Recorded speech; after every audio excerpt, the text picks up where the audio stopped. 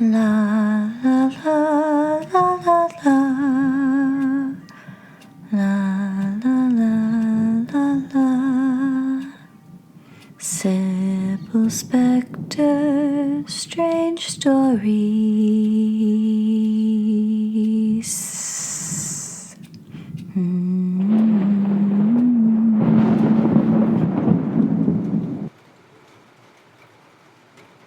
Hello, and welcome to Sybel Specter's Strange Stories, or SSSS. I'm Sybel Specter. I'm glad you heard my call. Was it the croak of a grackle, or the activation phrase you'll never know? I'll let you think the decision to be here was your own. It was. I have a story to tell you. I must, or else. Last week, I left you in a world gone to fantasy. It was then and there that someone knocked at my door.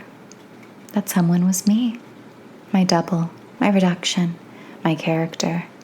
She was the vampire I was trying to perform in the movie I was born into as a background character. This was before I was expelled from my probably disappeared village of Islam to be your protagonist. Pitiful girl, she believed in her fangs and her lust for blood. It was simple enough to get her into the closet. All I had to do was hold up a crucifix. Those things are everywhere. Did Nina, my discoverer, send her to replace me? She cried out before I voiced this thought, telling me this was the case, that she was the realization of me. But I'm more than a lustful creature, perhaps, and greater than monster. A star must be the sun, which is to say, the God you know. If you love yourself, you can be all. If you love someone, you'll be everything for them. This is a story of a woman who becomes a willing victim for a monster with many faces. It's called The Monster in Me.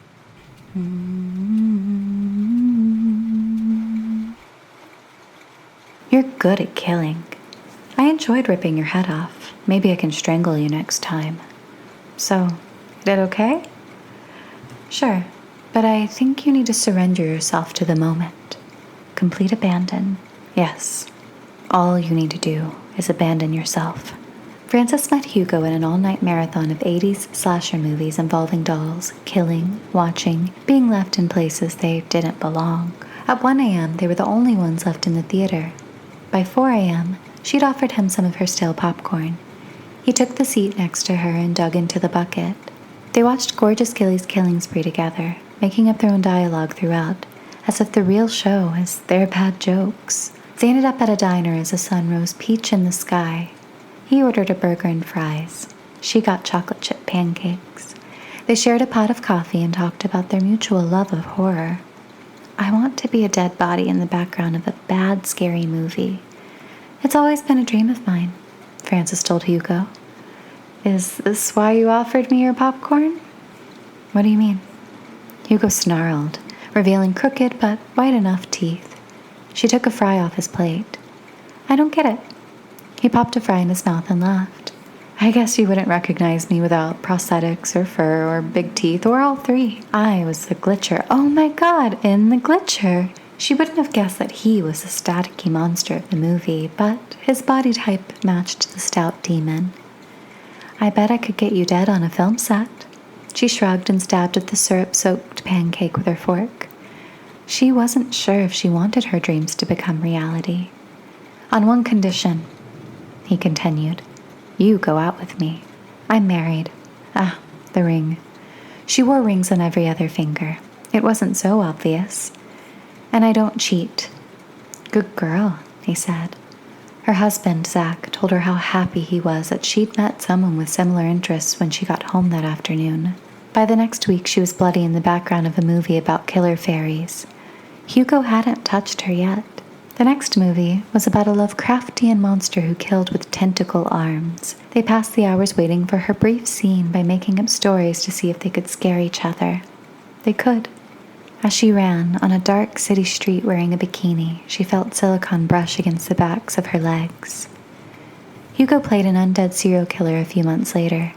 She wasn't supposed to be in this film, but the intended victim didn't show up on the day of the shoot. This was Frances's first speaking role. "Oh, please, no." She moaned this in the tiny pink-tiled bathroom as he pressed against her, stabbing a plastic retractable knife into her 36 times. He held her chin in his hands and stared into her eyes as she did her best to make the light go out of them. "Wow. The way you looked at him. What was your name again?" the director asked. "Frances," Hugo answered for her. She looked at Hugo. A false eye rested on his cheek. He was in professional mode, thinking only of the scene, waiting for feedback. "You looked terrified," the director said to her. Frances was in 10 low-budget movies that year. Each time, Hugo was vampire, mutant, zombie, werewolf, came closer to her. He lifted her feet off the ground as he held one rotting hand around her neck. In a swamp at the height of summer, he straddled her with fishy thighs as she beat on his chest. She was a hiker in Appalachia who was pulled from the trail by an overgrown man. His giant fist punched through her chest and felt around inside of her until he ripped out her still beating heart. Not her heart, of course, but she was in character, so her heart. Outside of their work together, Hugo had never touched her. She'd hugged him once when they said goodbye, but it was stiff and awkward. She never reached for him again. This made her feel good. They were friends, appropriate in every way. There was nothing she said or did that would hurt her husband. She came home from each film set and told Zach how she'd been killed. He'd shudder when she described the tearing of limbs or the chewing of flesh. Horror was not his thing, but she was. When a kiss came up in his script, she showed it to him and asked what he thought. He encouraged her to do it. "It's only acting," he said. "A character, a story, a camera. With them, all is acceptable." The soul stealer shoved his tongue through her lips into her mouth, down, down, down. He did his job. She didn't ask Zach what he thought about the sex scene when it was added to the next script. She found that making love on camera was nothing like the real sex she'd had. After that, they did a movie where Hugo murdered her from across the room with his thoughts. He stayed at a distance for a while. Frances was in one film without Hugo. In it, she was turned upside down naked and split from crotch to chest. The director told her she didn't seem scared enough. Her tears were unconvincing. "Is this porn?" she asked Hugo when he sent her the information about the next movie. "It's just acting. None of it is real. But of course, you don't have to do anything you don't want to." She'd never thought she could be comfortable on camera, or with another person, or alone. She didn't think she could lose sight of herself. She said yes. Frances played Opal and wore a red dress. She begged Hugo to make her famous. He demanded her to show him what she was made of, and she did. If it's acting, it's fine. If there's a camera, she's doing nothing wrong. She told herself this as she held her phone up, the front camera turned on, and kissed Hugo. He said it's just make-believe when they wore horns in a motel room and had sex. That was still not real. Real was subdued. It was wondering and wishing, not having. Reality was consequence. When Hugo brought out the rope, she wondered where the camera was. It had to be somewhere, hidden. He tied her wrists and ankles. Then he wrapped the rough twine around her throat and pulled hard, harder. She blacked out and came to after a moment. By then, he'd pulled out a knife. Frances whimpered. She'd become a decent actress. When he drew blood, she didn't feel pain. As the knife slipped into her skin, it wasn't death she feared. It was the intimacy she could no longer deny, the thrill she didn't want to end. Hugo was right. All she had to do was abandon herself.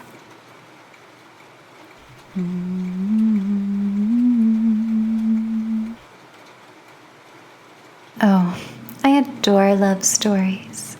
I've never had one of my own, unless you count my tryst with the hunter who never claimed me when the camera was rolling. I wasn't vampire nor maiden enough for him. That's all right. I have you, adoring audience. So don't go anywhere now. Tonight, is 2 for the price of 1. We turn from a story of 2, alone together, to 1, never so alone. Grab a snack like garlic bread and stay with me as we discover the origin of the vampire in The Only Vampire.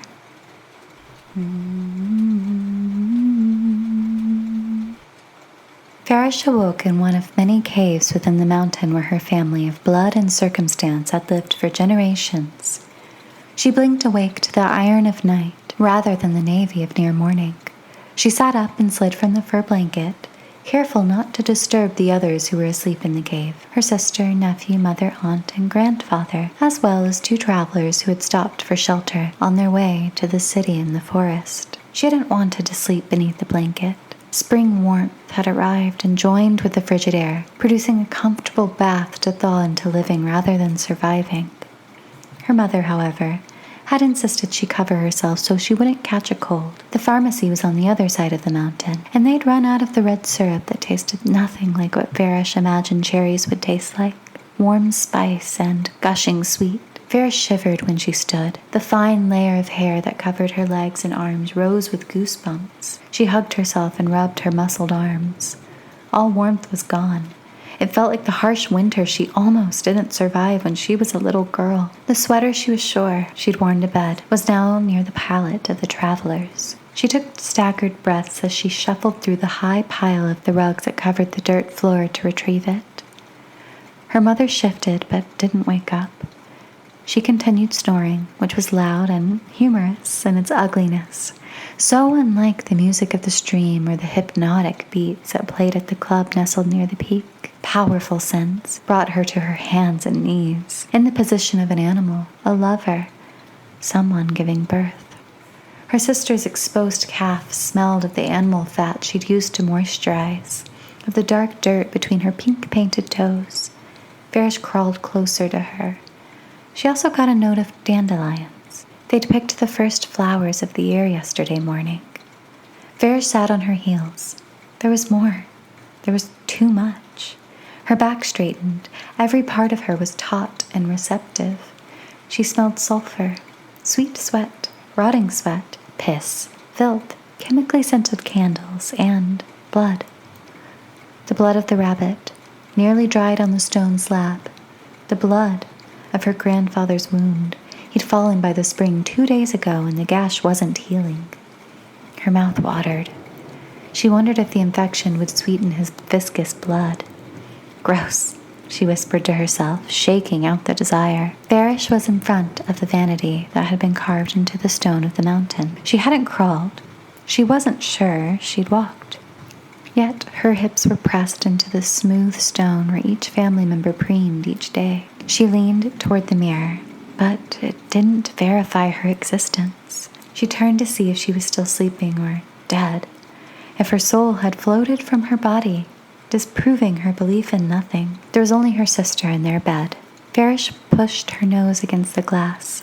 It reflected the rough rock of the wall behind her and the moonlight spilling through the entrance. She gripped the ornamental silver frame, the spectacular find that had been in her family since the before times. It burned her palms. Flesh separated and sizzled. She cried out and hit the mirror. It shattered. Fragments of glass lodged into her hand. She sucked the glass out of her skin. The shards cut their way down her throat, but the richness of her blood outweighed any annoyance of pain. Farish's family awakened, separately, but in such quick succession it was as if they were one. Her mother and sister jumped to their feet. Her aunt rubbed her eyes and propped herself up on her elbows. The low moan of her grandfather echoed through the cave, joined by her nephew's screaming cry. The travelers didn't stir. Her mother rushed to her. Farish pushed her with such little force that her mom's body flew against the wall and crumpled to the ground. Farish looked at her shadow-covered family, then turned and ran. She listened to her grandfather say, "The mirror," but in a hushed, mournful voice that she shouldn't have heard because she was already far from them. The screams that came after echoed through the valley. She ran past the dwellings of other members of her community. Instead of following the winding path, she scaled the mountain as she had only seen goats do on television and the climbers who came to their mountain for sport, and sometimes died, quickly or slowly, always horribly. Farish made it to a patch of trees. The chill felt like a lover pressing ice against her skin, making her laugh despite rising guilt. Everything was vivid and in motion as she had never seen it. The veins of each leaf and the patterns of bark were the thoughtful work of an artist. They created pictures that told her stories about their thoughts. The moonlight hardly bled through the trees, but still, she saw. Ants walked in a line over her feet, carrying food in their jaws. Their hundreds of legs tickled her skin. She felt each one. She tried not to startle the bird atop her eggs in a moss-made nest because now, somehow, she was near the top of a tree. When she looked up, the clouds were silver leaf pressed to every blended color. They were shaped as a boat, a jumping cat, a rhinoceros, a skiff, a gramophone, and the face of a man with pointed eyebrows and a mustache. She waved, and the handsome face winked at her, then shifted into a long dress with puffed sleeves. A crowned head with bobbed hair emerged from the neckline. She'd read textbooks that told her what clouds were made of, but she knew the truth was that they would be like whipped cheese and hold entire civilizations inside of them. Farish reached for the shifting figures. Her hand caught the mother bird as she tried to fly away. She hadn't crushed the oil-like body. Feathers beat against her palm. She stroked the slick beak before releasing the bird, who returned to her nest. Leaves rustled next to her. Red eyes emerged from dark. She fell back and through the branches, hitting the earth with such force that she was several feet in the ground.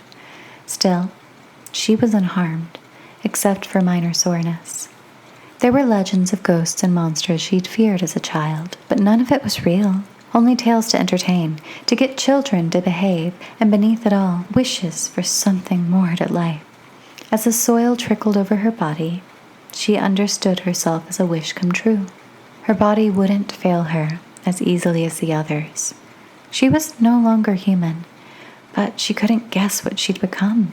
There weren't any stories as clues to her condition. Farish rose from the earth and walked until she reached a meadow. The grass was soft like her aunt's velvet dress and dotted with flowers that emitted faint light. She plucked a buttercup that sighed as she twirled it between her fingers. Never had she felt monstrous for picking a flower, but now she did. She remembered to breathe. The tang of decaying flesh beneath her feet inundated her. Everything did. Air was almost painful in its embrace of her. Pain had become overwhelming rather than plain hurt. Movement was effortless, but she could have paused for a century without ever growing bored. Yet something urged her on. Hunger. Hunger needed more from her. She picked a berry from one of the bushes that dotted the grass. It was sweeter than the milk-fed breath of her nephew, more bitter than the liquor her aunt had brought back from her one vacation. It repulsed her. She spat it out. Farish walked through the meadow to the edge of a spring. She removed her cotton nightgown and striped underwear and waded into the water that was turquoise in her new vision.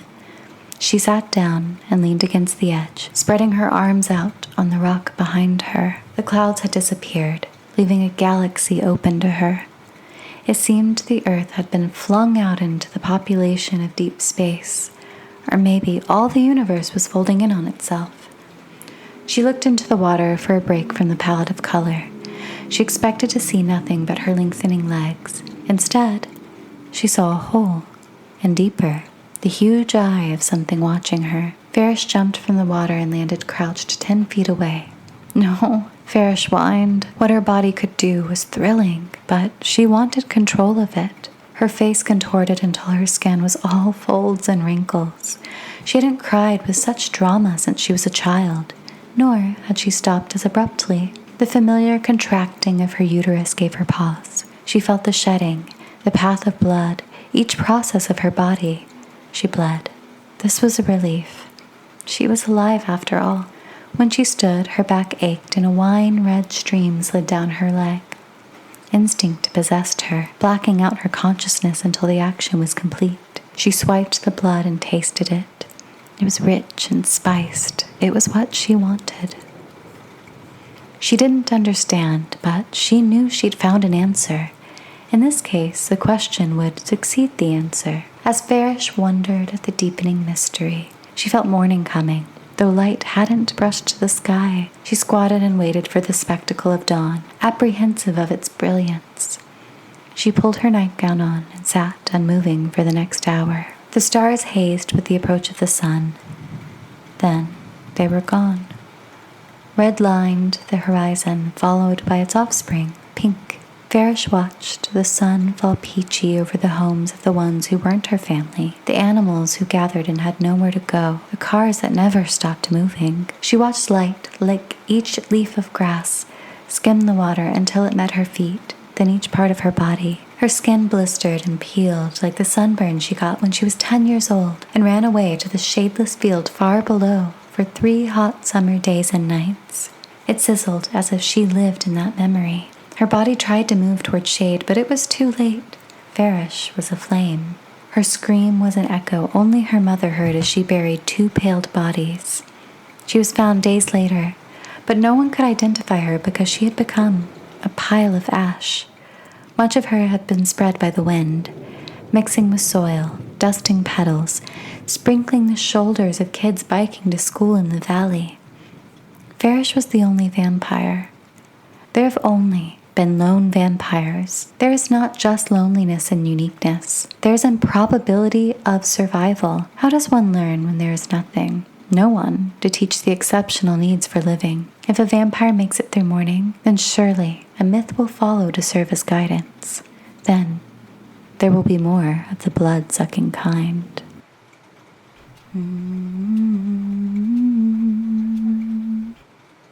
Farish, you poor thing. How many vampires, creatures of myth and imagination, have existed but only for a short time without knowing what would kill them? How many geniuses have we lost who didn't know how to survive through this world? Your world. I wonder about my mortality here. I was born bosomed. I never aged in all that time on the movie set, however long that was.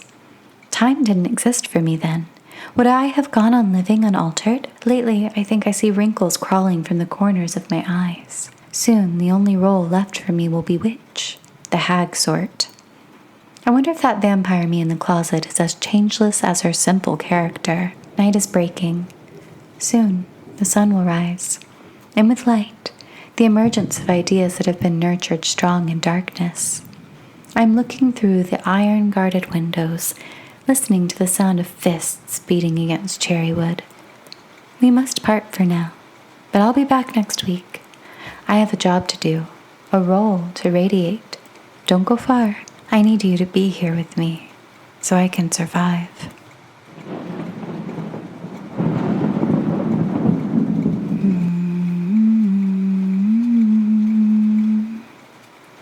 Until next time.